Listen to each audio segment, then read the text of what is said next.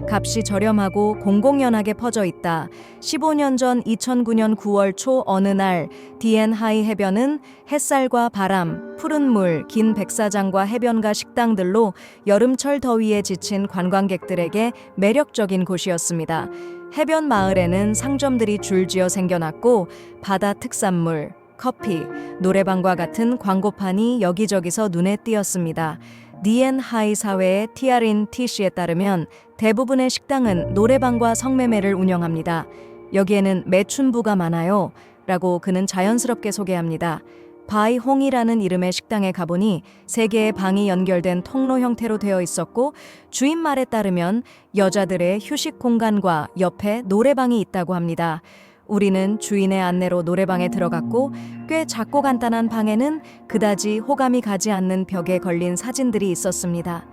잠시 대화를 나눈 후 주인은 주저하지 않고 마음에 드는 여자가 있으면 계약하세요. 오늘은 저기 여자들이 장을 보러 나가서 엘만 집에서 자고 있어요. 원하면 전화해 줄게요. 라고 초대했습니다.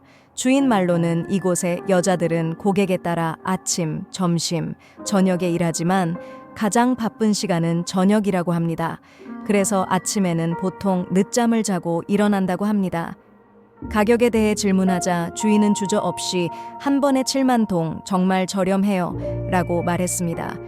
그 뒤로 티임 루옹이라는 이름의 식당에 가보니 여기에서도 매우 공공연하게 초대를 받았습니다. 이 식당은 1개의 노래방과 3개의 손님 맞이 방이 있었고 각 방은 겨우 10제곱미터 정도 크기로 침대와 작은 화장실 구석이 있었습니다.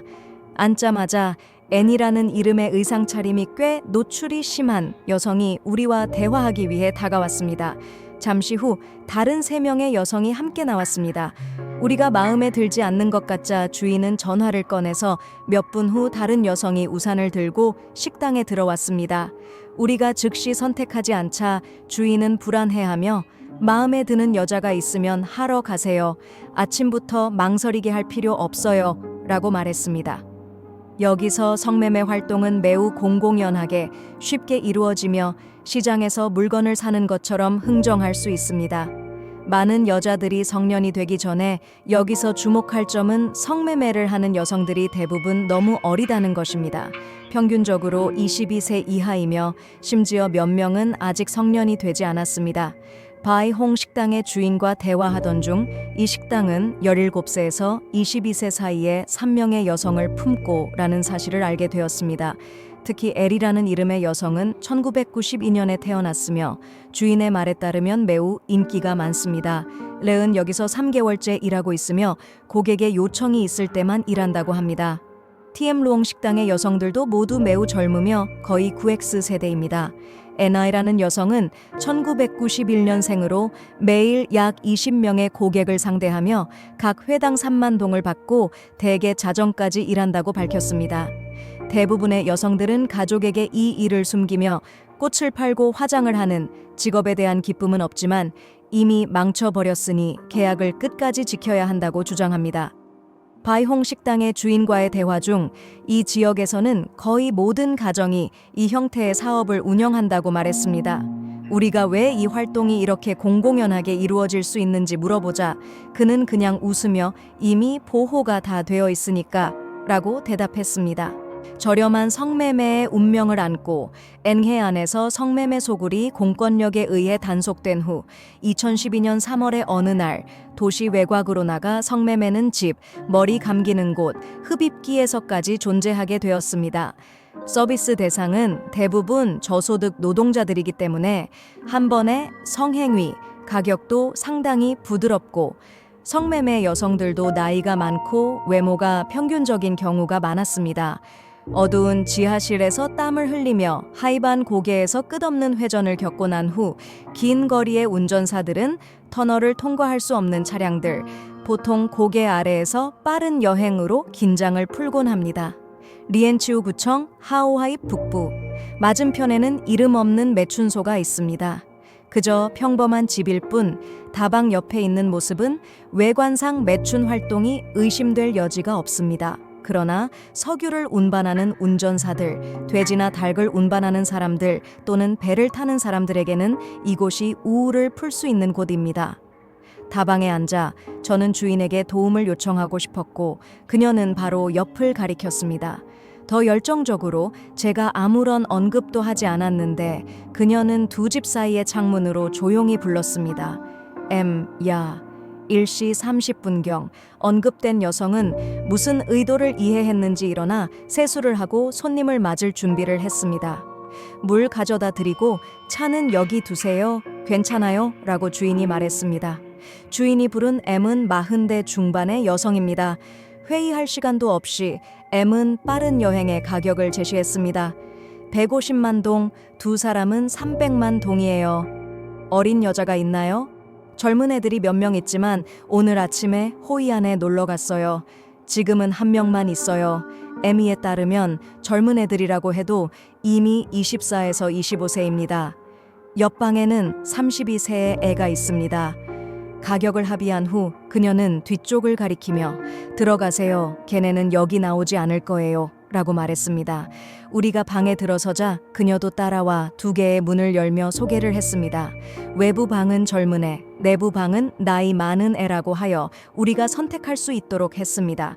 두 개의 방이라고 하지만 사실상 지하실처럼 어둡고 좁고 덥습니다. 지하실 안에는 매트리스와 옷걸이 외에는 아무것도 없습니다. 그 매트리스는 오래되고 무르게 되어 마치 수많은 손님들이 치열한 싸움을 벌인 것처럼 보입니다. 제가 눈을 가늘게 뜨며 불쾌감을 느끼자 M은 젊은 애가 깔 수 있도록 이불을 던졌습니다. 젊은 애는 키가 크고 몸매는 뚱뚱하지 않으며 얼굴은 잘 보이지 않고 중부 방언으로 말하며 이미 매트리스 위에 앉아 대기하고 있었습니다. 제가 불을 켜서 얼굴을 보자고 하니 그녀는 눈으로 하는 게 아니라 왜 불을 켜냐며 거부했습니다. 제가 이름이 무엇인지 묻자 그녀는 머뭇거리며 작게 후옹이라고 대답했습니다. 매일 밤 손님을 모시고 많이 벌 수 있냐고 묻자 그녀는 불쾌한 표정을 지으며 대답하고 싶지 않다고 했습니다. 여기 문에 잠금 장치가 없나요? 라고 계속 물으니 그녀는 있다며 바닥을 더듬어 젓가락 하나를 꺼냈습니다. 그녀는 플라스틱 문을 높이 들어 맞추고 젓가락으로 잠금을 했습니다. 이렇게 잠그면 위험해요. 만약 경찰이 문을 부수면 두 손을 들고 있어야 해요. 라고 제가 걱정했습니다. 걱정하지 마세요. 저녁에만 점검해요. 낮에는 안 해요. 라고 그녀가 안심시켰습니다. 옆 지하실에서 제 친구는 나이 많은 애와 함께 있었습니다. 희미한 조명 아래에서 나이 많은 애는 키가 작고 몸집이 통통했습니다. 제 친구가 이 비행기는 너무 늙었어. 라고 농담하자 그녀도 빠르게 응대하며 요즘 젊은 비행기들은 쉽사리 태어나는 것 같아요. 늙었지만 서비스 품질이 좋다면 젊은 애들도 배워야 해요. 라고 말했습니다. 그녀는 자신의 이름이 린이라고 소개했으며 저쪽 고개에 살고 있다고 했습니다. 대화를 나누면서 린은 재빠르게 옷을 벗었습니다. 린에 따르면 이곳에는 다양한 손님이 있지만 주로 석유 탱크가 주차되는 근처에 있어 주로 운전사들이 이용한다고 합니다. 수입도 운이 따라 다르며 운이 좋으면 2-3명의 손님이 올 수 있지만 어떤 날은 아무도 오지 않기도 합니다.